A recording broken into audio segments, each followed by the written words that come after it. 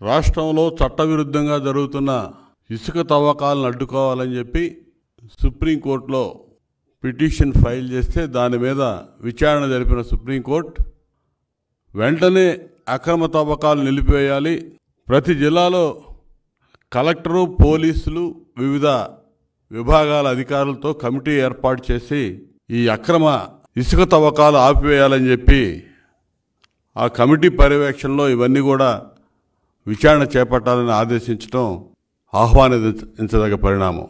ఈ కమిటీలో అధికారులు కూడా రాష్ట్ర ప్రభుత్వం ఆధీనంలో కాకుండా, రాష్ట్ర ప్రభుత్వ అధికారులుగా కాకుండా సుప్రీంకోర్టు నియమించిన అధికారులా వ్యవహరించాలని చెప్పి ఆదేశాలు ఇవ్వటం అనేది ప్రభుత్వం సిగ్గుపడాల్సిన అంశం, సిగ్గుతో తలదించుకోవాల్సిన అంశం. ఈరోజు ప్రభుత్వం అంటే ఆపద్ధర్మ ప్రభుత్వం ఉంది. అధికారులుగా సిఎస్ కానీ ఇతర కలెక్టర్లు కానీ వీళ్ళందరూ కూడా సిగ్గుపడాలి ఈ అంశంలో. 2023 మార్చిలోనే ఎన్జిటి రాష్ట్రంలో ఇసుక అక్రమ తవ్వకాలు ఆపాలని చెప్పి ఆర్డర్స్ ఇచ్చింది.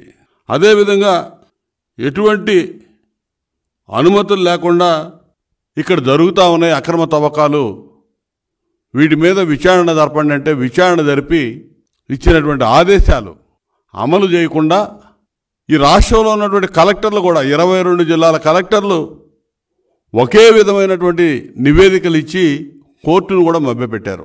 అక్రమ తవ్వకాలు ఏమీ జరగట్లేదని యూనిఫామ్గా ఒకే నివేదికలు సమర్పించారు. అవన్నీ కూడా కోర్టు పరిశీలన చేయడం జరిగింది. దాదాపు మార్చి 23లో వీళ్ళ పర్మిషన్లు అయిపోతే ఆ కోర్టు ఆర్డర్స్ ఇస్తే మొన్న మార్చి వరకు ఎటువంటి అనుమతులు, పర్యావరణ అనుమతులు కానీ ఇతరత్ర అనుమతులు కానీ ఎటువంటి అనుమతులు లేకుండా యథేచ్ఛగా అక్రమంగా ఇసుక తవ్వకాలు జరిపించారు. దీనికి ఏం సమాధానం చెప్తారు ఈ ప్రభుత్వం?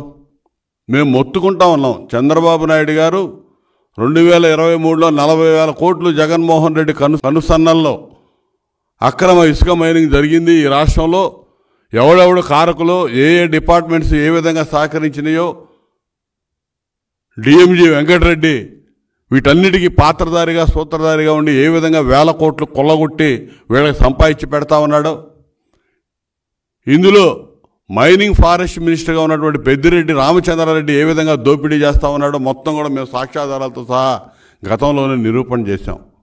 వీటన్నిటినీ కూడా అసలు లెక్క చేయకుండా ఎన్జిటి నేషనల్ గ్రీన్ ట్రిబ్యునల్ ఆదేశాలు లెక్క చేయలేదు, సుప్రీంకోర్టు అంటే లెక్కలేదు, అసలు వ్యవస్థలంటే లెక్కలేదు. వీళ్ళ ఇష్టానుసారం అక్రమంగా ఇసుక తవ్వకాలు సాగిస్తూనే ఉన్నారు యథేచ్ఛగా. నిన్న ఆర్డర్స్ ఇచ్చింది, ఇప్పుడు కూడా రాష్ట్రంలో యథేచ్ఛగా జరుగుతూ ఉన్నాయి. ఇవాళ ఏం చెప్పాలి? సుప్రీంకోర్టు అడిగినప్పుడు మేము కేసులు ఫైల్ చేశామని చెప్పారు. ఎవరి మీద పెట్టారు కేసులు? ఏ కంపెనీ మీద పెట్టారు చెప్పాలి. డిఎంజీ చెప్పాలి సమాధానం. ఏ కంపెనీలు మీద పెట్టాడో, ఎవరి మీద పెట్టారో. ఎంఓఎఫ్సిసి అక్రమ తవ్వకాలు భారీ యంత్రాల సహాయంతో చేస్తూ ఉన్నారని చెప్పి రిపోర్ట్ సబ్మిట్ చేసింది. ఎటువంటి పర్మిషన్ లేకుండా వీళ్ళు చేస్తూ ఉన్నారని చెప్పి 2024 ఫిబ్రవరిలో మినిస్ట్రీ ఆఫ్ ఎన్విరాన్మెంటల్ ఫారెస్ట్ వీళ్ళు చెప్తే దాని మీద ఇంతవరకు చర్యలు లేవు. అసలు ఏం చెప్పినా సరే దున్నపోతు మీద వర్షం పడ్డ చందాన్ని వ్యవహరిస్తూ ఉన్నారు. అసలు చర్యలనే నిల్లు. అసలు దీనికి ఈరోజు సుప్రీంకోర్టు కూడా చెప్పిన దానికి అసలు ఏం చెప్తారో అర్థం కావట్లా.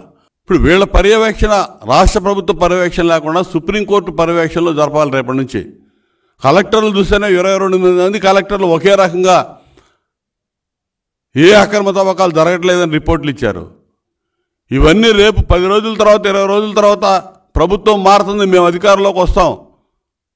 ఈ అధికారులందరూ సమాధానం చెప్పాలి, వచ్చి నిలబడాలి, బోనెక్కాలి, జైలుకు పోవాలి.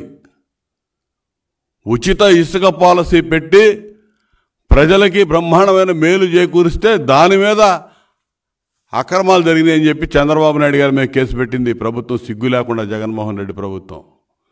ఇదే డిఎంజీ ఇదే కృష్ణా నదిలో, గోదావరి నదిలో అక్రమ ఇసుక తవ్వకాలు జరుగుతూ ఉన్నాయంటే ఏమీ జరగట్లేదని చెప్పి సుప్రీంకోర్టులో అఫిడవిట్ ఫైల్ చేసి క్లీన్ చిట్ తీసుకొని వచ్చి గతంలో కూడా ఏమీ జరగలేదని చెప్పారు.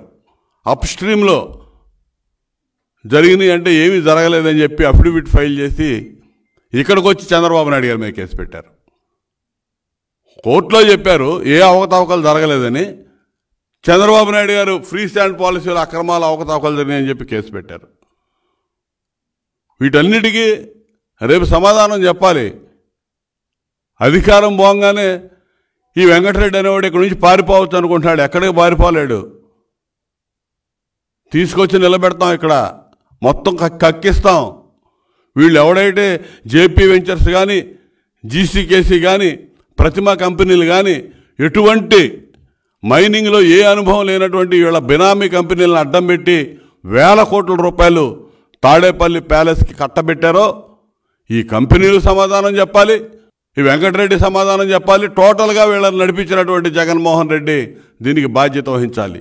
ఇవాళ గవర్నమెంట్ కాంట్రాక్ట్ ఇచ్చినటువంటి జేపీ వెంచర్స్, ఈ జేపీ వెంచర్స్కి ఇవ్వడం వల్ల ఎప్పుడూ లేని విధంగా 1500 కోట్లు ప్రభుత్వానికి వస్తుందని చెప్పారు. మళ్ళీ వీళ్ళే జగనన్న కాలనీలని, నాడు నేడు స్కూల్స్ అని చెప్పి 1000 కోట్ల రూపాయలు అదే కంపెనీకి చెల్లించి మళ్ళా రిటర్న్ వీళ్ళే తీసుకున్నారు, వీళ్ళే డ్రా చేసుకున్నారు.